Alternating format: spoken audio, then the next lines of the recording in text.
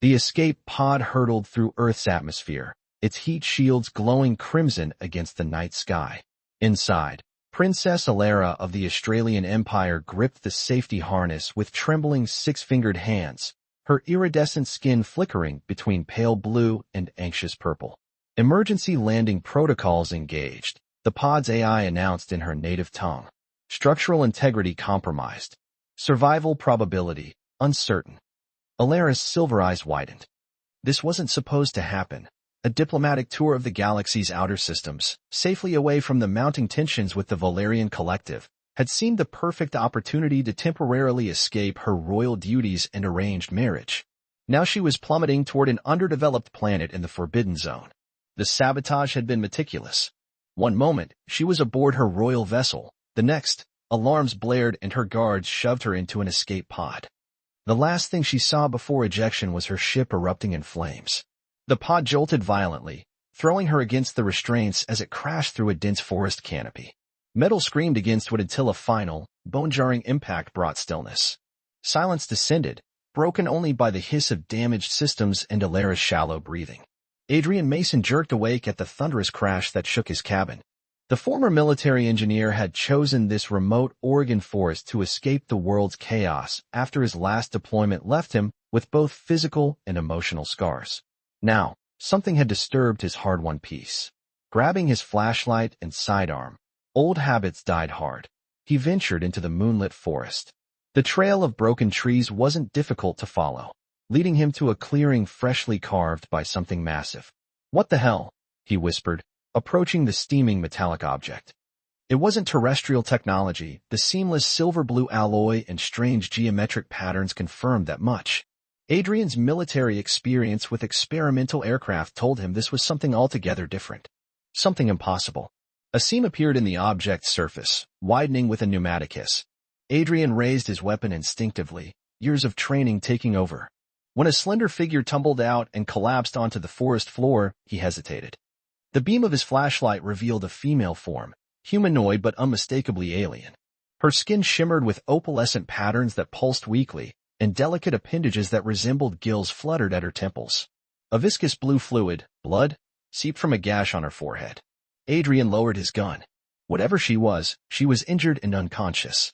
The soldier in him assessed threat levels. The engineer analyzed the technology, but it was the human in him that made the decision. "Yes, we're doing this," he muttered, carefully lifting the lightweight alien figure. Her skin was cool to the touch, almost crystalline in texture. Back at his cabin, Adrian gently placed her on his bed and examined her wounds. The blue fluid had begun to congeal, and her breathing seemed to stabilize. He cleaned the gash as best he could, though he had no idea if human antiseptics would help or harm an extraterrestrial biology. When Silver Eyes suddenly fluttered open, Adrian froze. Those eyes focused on him with unmistakable intelligence and fear. "Easy," he said softly, raising his empty hands. "I'm not going to hurt you." The alien female scrambled backward until she hit the headboard, her skin flashing alarming shades of orange. She spoke, her voice melodic but incomprehensible. "I don't understand," Adrian said, keeping his distance. "But you're safe here." She touched her temple, wincing when her fingers found the injury. After studying him for several long moments, her colors gradually shifted to a calmer blue. She gestured to herself. "Alara," she said clearly. Adrian pointed to himself. "Adrian." A faint smile curved her lips, surprisingly human despite her alien features. "Adrian," she repeated carefully, the musical quality of her voice making his name sound like a fragment of song. Outside the cabin window, the first light of dawn illuminated the forest. Adrian knew his life had irreversibly changed. What he didn't know was that he'd just taken in the crown princess of the most powerful empire in the galaxy, and that both their worlds would never be the same because of it. 2 weeks had passed since Alara's crash landing, and the cabin had fallen into an unexpected rhythm of coexistence. Adrian watched as she examined the crude communication device they had cobbled together from salvage pod components and his spare electronics. "Signal strength insufficient," Alara said, her command of English improving daily. Her bioluminescent markings pulsed a contemplative cyan as she adjusted connections. "Need stronger amplifier." Adrian admired her determination.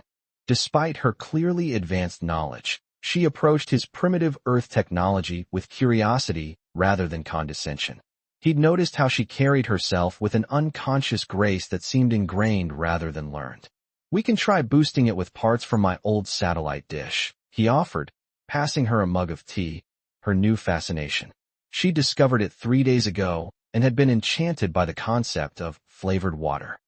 "Thank you," she said, accepting the mug with a smile that made her luminescent freckles brighten. "Your kindness is unexpected." "What do you mean?" Alara hesitated, setting down her tools. "My people believe humans are primitive, violent. Yet you rescued me, shelter me, help me, without demanding anything." Adrian shrugged, uncomfortable with her genuine gratitude. "Anyone would have done the same." "No," she said firmly. "They would not. On my world." She stopped abruptly, and Adrian noticed her skin flash briefly with colors he'd come to recognize as anxiety. "On your world?" he prompted gently. "On Astralis, rank determines worth," she said carefully. Was a scientist in the Royal Academy. Not important enough for most to help without benefit to themselves. It wasn't exactly a lie, Adrian realized. Just a careful omission of her true status. Alara had been conducting small experiments ever since she regained her strength, testing Earth's gravity, analyzing plant samples, recording weather patterns in a strange symbolic language. "Well, here you're just Alara, crash-landed alien who's surprisingly good at chess," he teased, trying to lighten her mood. Her markings shifted to a warm golden hue that appeared whenever she was amused. "And you are just Adrian, hermit human who cooks excellent pasta, but terrible pancakes." Their laughter filled the small cabin. These moments had become increasingly frequent, genuine connection bridging the vast distance between their worlds. Later that evening, as rain tapped against the windows, Adrian found Alara examining the scars that crossed his torso while he changed his shirt. He'd grown less self-conscious around her, but still felt exposed under her curious gaze. "Were injuries?" she asked softly. Adrian nodded.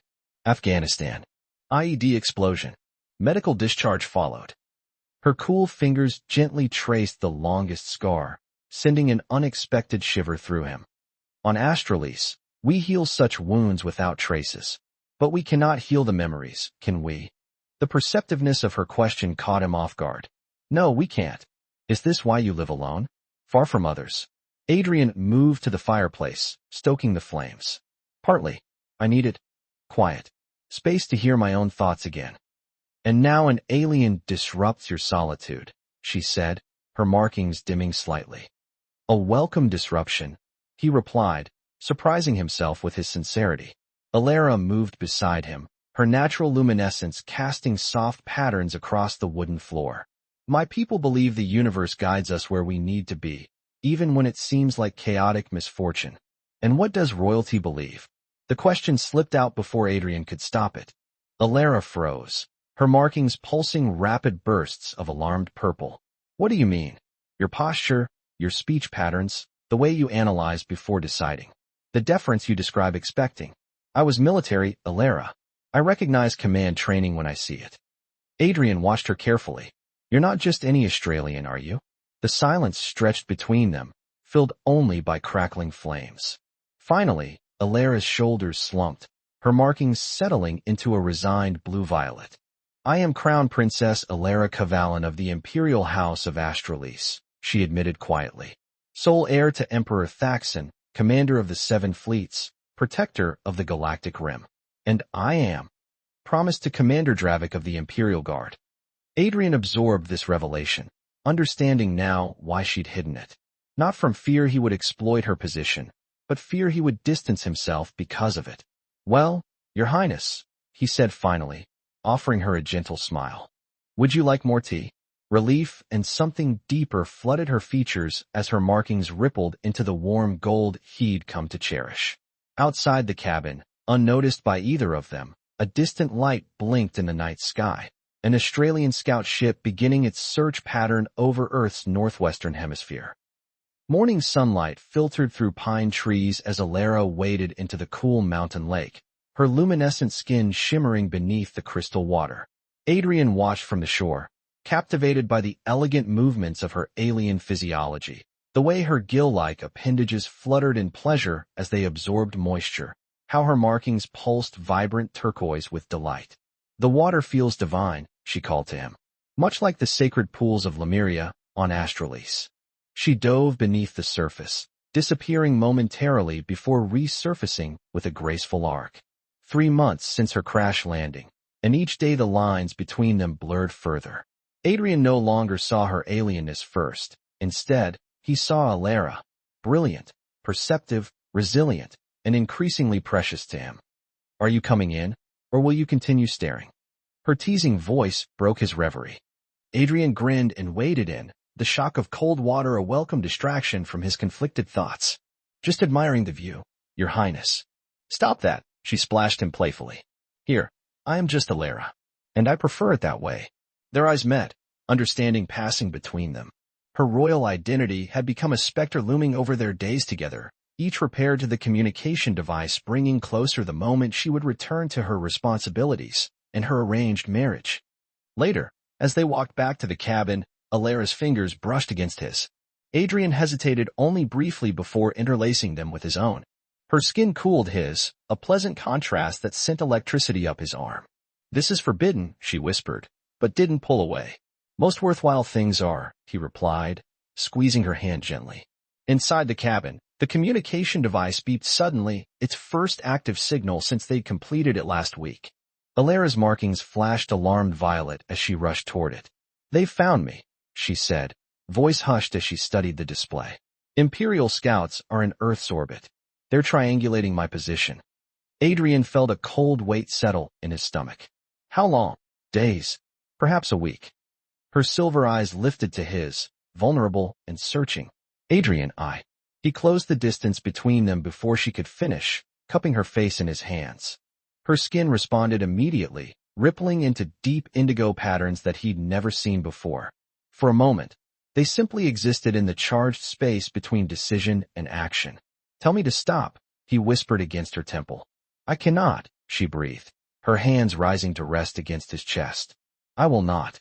Their lips met tentatively at first, an exploration of alien territory for them both. Her mouth was cooler than a human's, with a subtle sweetness that reminded him of mountain springs. The kiss deepened as her arms encircled his neck, her luminescence pulsing in rhythm with the accelerating beat of her hearts. When they finally separated, her markings had settled into a deep, resonant crimson that spread across her skin like watercolor on canvas. "What does that color mean?" Adrian asked hoarsely, still holding her close. Alara looked down, almost shy. "It is not a color we show in public. It signifies deep passion, intimate connection." "It's beautiful," he said, tracing the patterns along her collarbone. "You're beautiful." That night, as moonlight streamed through the window, they discovered each other's differences and similarities with reverent exploration. Her skin illuminated their intimacy in shifting hues of crimson and gold, casting ethereal patterns across the cabin walls. Adrian's touch ignited responses in her biology that she'd never experienced, dormant evolutionary pathways awakening to human contact. "My people believe in soul binding," she whispered afterward, nestled against him. "That certain beings are celestially aligned. It's why arranged marriages have historically failed in the royal line. The body knows its cosmic match." Adrian pressed his lips to her forehead. "And what does your body tell you?" "That the universe has a peculiar sense of humor, pairing a princess with a hermit from a forbidden planet." Despite her light tone, sadness tinged her markings with edges of deep blue. "We'll figure something out," he promised, though both knew the weight of impossibility pressing against them. The communication device beeped again, more insistently this time. Alara reluctantly checked the signal coordinates. "They're closer than I thought," she said quietly. "And it's not just any scout ship." Her markings paled. "It's the Imperial Guard. Commander Dravik himself leads the search." Adrian felt her tremble slightly in his arms. "Your fiancé?" "A political arrangement. He desires the throne, not me." She turned to face him fully. "Adrian, there's something you must understand about my position. If I refuse to return..." The cabin was suddenly flooded with blinding light from above, the thunderous sound of engines drowning her words. Through the windows, Adrian glimpsed a massive ship hovering over the clearing, its sleek design reminiscent of Alara's escape pod but infinitely more imposing. Alara's markings flashed in patterns he recognized as terror. "They found us."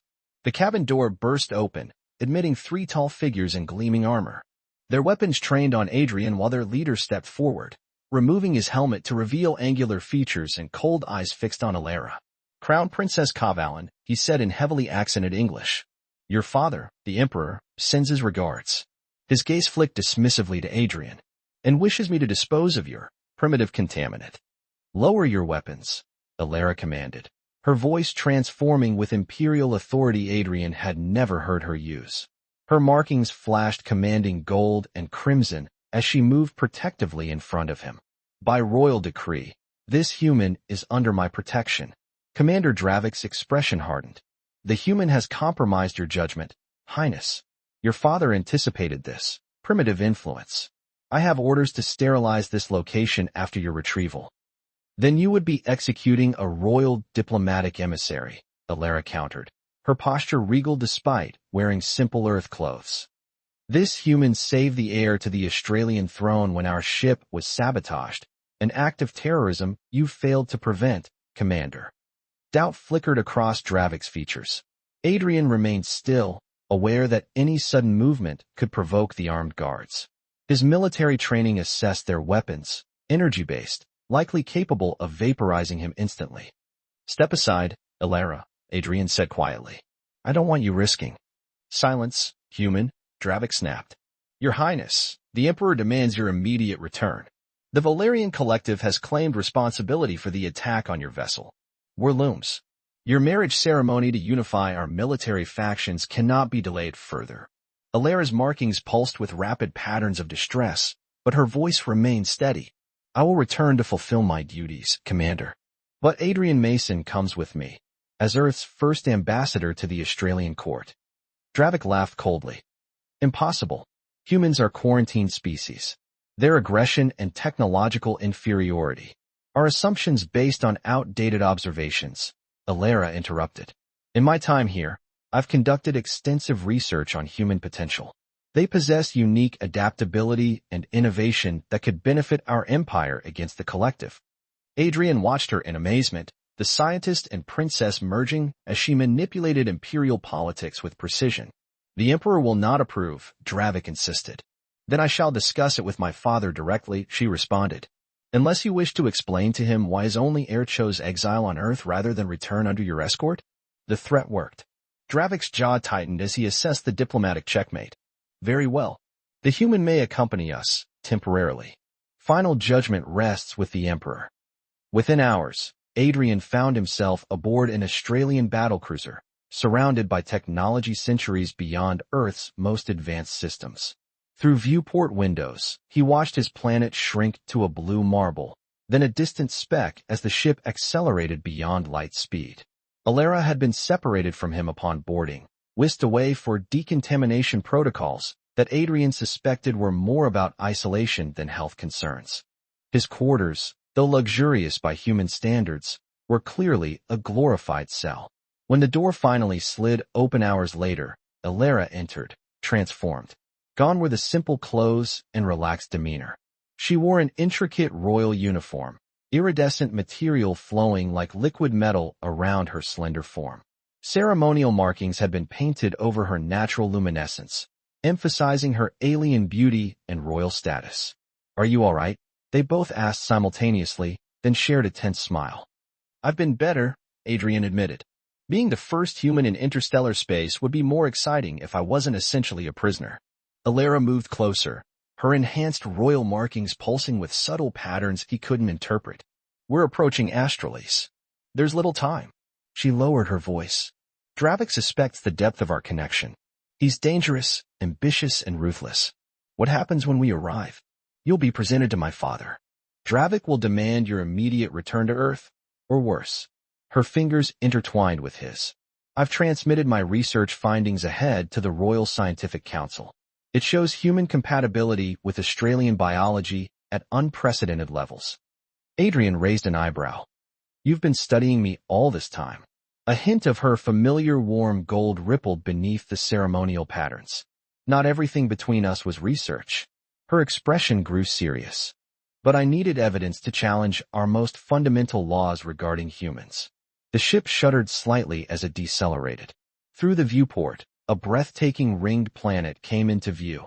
Azure oceans and crystalline continents connected by glittering city structures that curved into the stratosphere. Astralis, Adrian whispered. It's magnificent. It's home, Elara said, a complex emotion in her voice.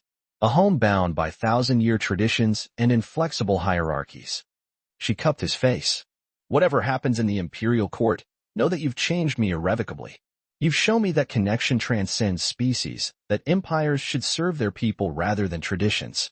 Their kiss was desperate, laden with the weight of imperial consequences they both understood awaited them.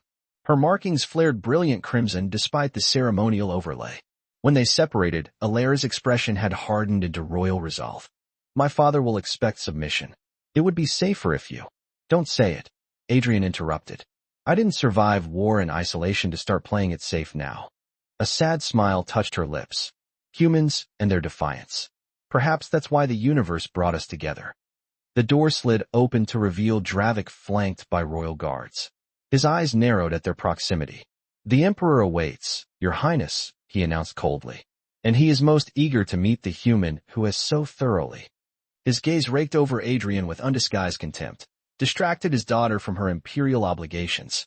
As they were escorted through the magnificent corridors of the ship toward what would be the most consequential diplomatic encounter in human history, Adrian felt Alara's hand brush against his, a final, secret touch before protocol separated them.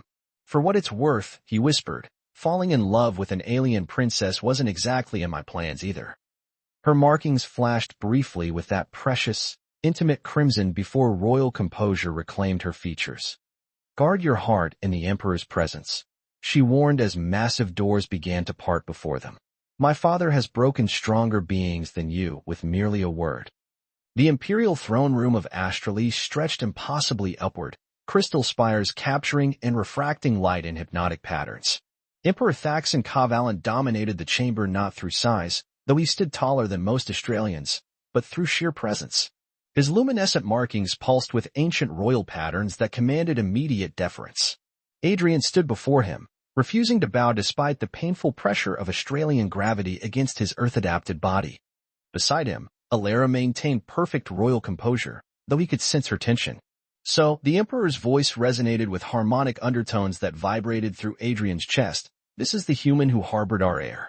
His silver eyes, identical to Alara's, scrutinized Adrian with ruthless precision. Unimpressive.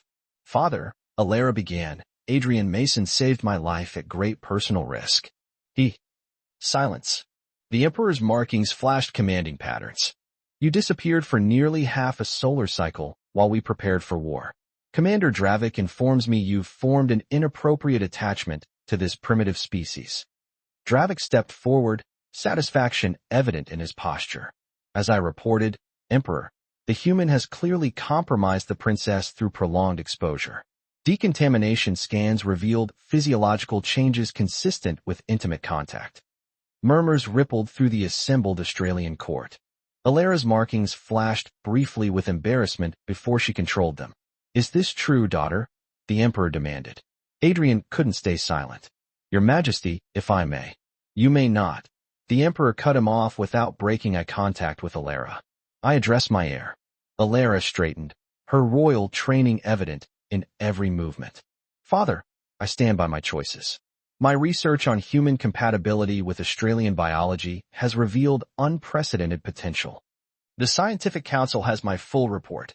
Research? Dravik scoffed. Is that what you call seduction by a lesser species?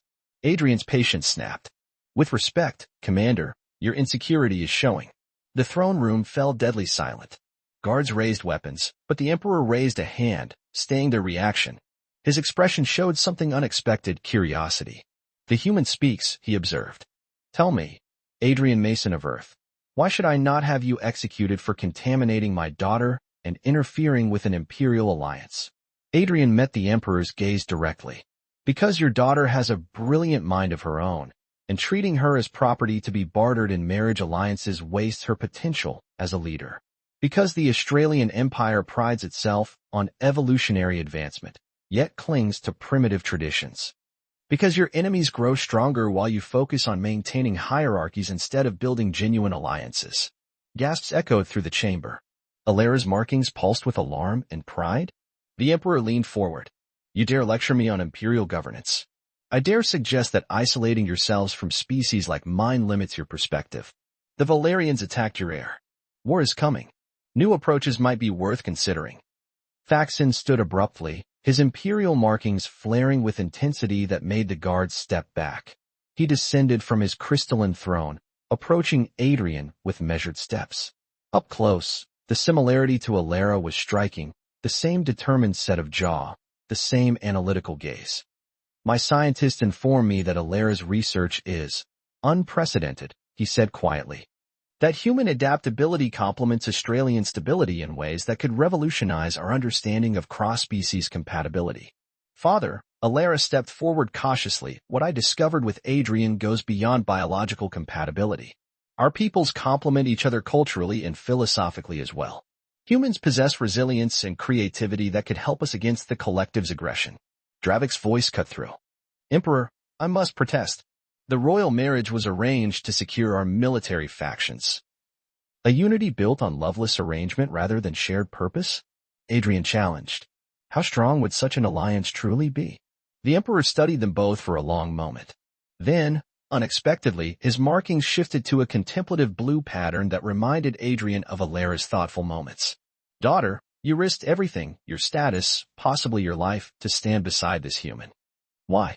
Alera's markings rippled into that intimate crimson before she could suppress it. Because with him, I am not just a crown or a symbol, but truly seen. And because I believe our connection represents possible futures for both our worlds. The Emperor turned to Adrian. And you, human, what would you sacrifice for her? Everything, Adrian answered without hesitation. My world, my life. But I'd rather help build a bridge between our peoples than sacrifice anything. A murmur ran through the court as the Emperor's markings shifted through complex patterns unfamiliar to Adrian. Finally, he nodded almost imperceptibly. Commander Dravik, he announced, your service to the throne has been noted. Dravik's expression faltered. Emperor, but your evaluation of humans appears deeply flawed based on new evidence. You are relieved of your position pending reassignment. The commander's face contorted with rage. Because of a human. Your Majesty, this is... Careful, Commander, the Emperor warned, his markings pulsing dangerously. Question my judgment further, and reassignment becomes permanent exile. Dravik fell silent, hatred emanating from him in palpable waves as he backed away. Faxon turned to address the court. The Valerian threat requires new strategies. If we are to evolve as an empire, perhaps old assumptions must be challenged. He gestured toward Adrian. This human displayed courage facing me that many Australians lack. Perhaps their species deserves reconsideration. Alera stepped forward. Father, I propose a new alliance, one based on diplomatic exchange rather than marriage. Earth remains unaware of galactic civilizations, but with proper introduction through designated ambassadors. Such as this human who has already proven his commitment to Australian interests, the Emperor finished, a knowing glint in his silver eyes. Precisely, Alera confirmed, her markings brightening with hope. 3 months later, Adrian stood at a viewport in the newly established Australian embassy on Earth, the first official extraterrestrial presence on his planet. Diplomatic teams worked behind him, preparing for humanity's carefully orchestrated introduction to galactic society. Warm arms encircled him from behind, familiar luminescent patterns reflecting in the glass. Ambassador Mason, Alera murmured against his shoulder. The United Nations representatives have arrived. He turned in her embrace. Her royal markings now incorporated subtle Earth elements, a symbolic fusion approved by the Emperor himself to represent her unique diplomatic position. Their relationship, once forbidden, had become the cornerstone of an interspecies alliance. Are they ready for this? Adrian asked, gesturing toward Earth below. No, Alera smiled, her markings pulsing that precious crimson that remained exclusively his. But neither was I ready for a stubborn human to reshape my destiny. Her fingers traced the ceremonial Australian markings now permanently tattooed along his forearms, symbols of his unprecedented status as both human ambassador and royal consort. Crossing stars wasn't in either of our plans, Adrian said, drawing her closer. Yet here we stand, she replied, living proof that when royalty falls, sometimes the universe catches it in unexpected arms. Their kiss sealed a promise, not just between lovers, But between worlds now irreversibly connected by the most powerful force in any galaxy, the courage to choose love over tradition, connection over isolation, and shared future over separate pasts.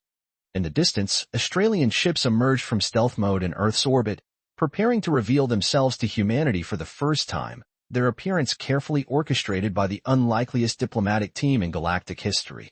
A human who had once sought isolation, and an alien princess who had once been bound by imperial duty, both forever changed by a crash landing that the stars themselves had seemingly engineered.